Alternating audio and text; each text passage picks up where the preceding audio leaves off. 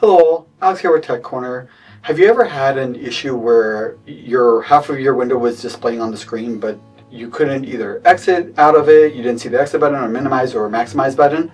Well, there's an easy way to fix this, and I'm going to show you how to do that today. So this is an example.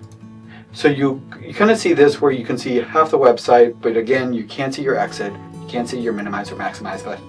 So in order to fix this, all you have to do is come up here to the menu bar up above, and just double click on it.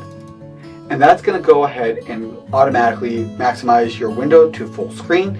Now you can go ahead and go in and just minimize, maximize or do split screen, or just exit out of the computer very easily. And this works for all Windows applications. So if your Windows ever half the screen and you want to get it to show the whole entire window, just double click on that little menu bar at the top in that open area, and that should do the trick. If you enjoyed this tech tip, feel free to throw a thumbs up or interested,